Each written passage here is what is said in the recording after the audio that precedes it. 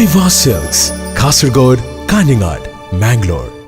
Corona വന്നിട്ട് പോലും പാഠം പഠിക്കാത്ത സംഘികൾ അവർ അവരുടെ വേല തുടർന്നുകൊണ്ടേയിരിക്കുകയാണ്. ഒരു വൈറസ് മൂലം സാമ്പത്തികമായി മുന്നിലുണ്ടായിരുന്ന ചൈനയും ഇറ്റലിയും ഒക്കെ തളർന്നു നിൽക്കുന്ന അവസ്ഥ നമ്മൾ കണ്ടതാണ്.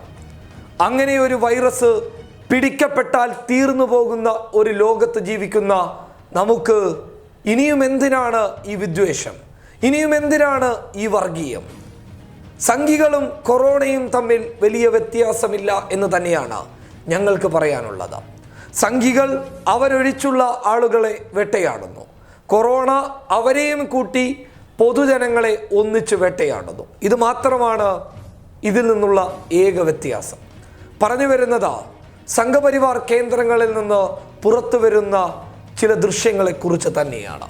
മുസ്ലിം വിരോധം എത്രത്തോളമാണ് ഇവരുടെ തലയിൽ പിടിക്കപ്പെട്ടിട്ടുള്ളത് എന്ന് ചോദിച്ചു കഴിഞ്ഞാൽ, ഇവർ ആഹാരം ഏതൊക്കെ സമയത്ത് കഴിക്കുമോ അതൊക്കെ സമയത്ത് മുസ്ലിം വിരോധത്തിനെ കുറിച്ച് ചിന്തിക്കുന്നു എന്നുള്ളതാണ്.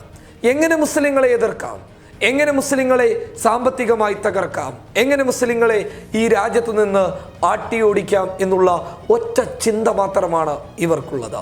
അതുമായി ബന്ധപ്പെട്ടിട്ടുള്ള നിരവധി സംഭവ വികാസങ്ങൾ നമ്മൾ കണ്ടതാണ്. ഡൽഹി കലാപമൊക്കെ അതിനുള്ള ഏറ്റവും വലിയ ഉദാഹരണമാണ്. എന്നാൽ ഇപ്പോൾ പുറത്തു വന്നിരിക്കുന്ന ഒരു ദൃശ്യമാണ് ഏവരെയും ചിന്തിപ്പിക്കുന്നതും ഞെട്ടിപ്പിക്കുന്നതും. കാരണം രാജ്യത്തിൻ്റെ മതേതരത്വത്തിന് കളങ്കം ചാർത്തുന്ന രീതിയിലുള്ള ഒരു ദൃശ്യം പുറത്തു വന്നത് സംഘപരിവാർ കേന്ദ്രങ്ങളിൽ നിന്നാണ്. സംഘപരിവാറിൻ്റെ വിവിധ നേതാക്കൾ ഒത്തുചേർന്നുകൊണ്ടുള്ള ഒരു പ്രതിജ്ഞയുടെ ദൃശ്യമാണ് നവമാധ്യമങ്ങളിൽ ഇന്ന് വലിയ ചർച്ചയാകുന്നുള്ളത്. ഈ ദൃശ്യത്തിൽ പറയുന്നത് ഇങ്ങനെയാണ്: മുസ്ലിങ്ങൾക്കിടയിൽ ജോലി ചെയ്യരുത്, മുസ്ലിങ്ങൾക്ക് ജോലി നൽകാനും പാടില്ല, മുസ്ലിങ്ങളുടെ കടകളിൽ നിന്ന് സാധനങ്ങൾ വാങ്ങാനോ അല്ലെങ്കിൽ അവരുമായി ഒരു വ്യാപാരത്തിന് തയ്യാറാവുകയോ ചെയ്യില്ല എന്ന് ഇവിടെ വെച്ച് ഞങ്ങൾ പ്രതിജ്ഞ എടുക്കുന്നു എന്നുള്ളതാണ് ഈ ദൃശ്യം പറയുന്നത്.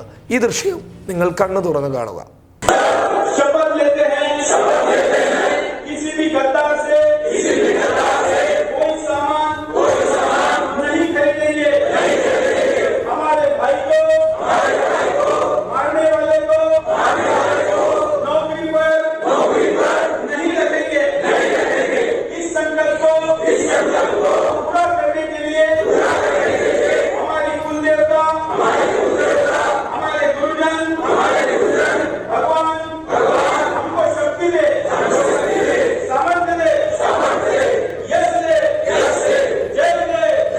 News desk public Kerala.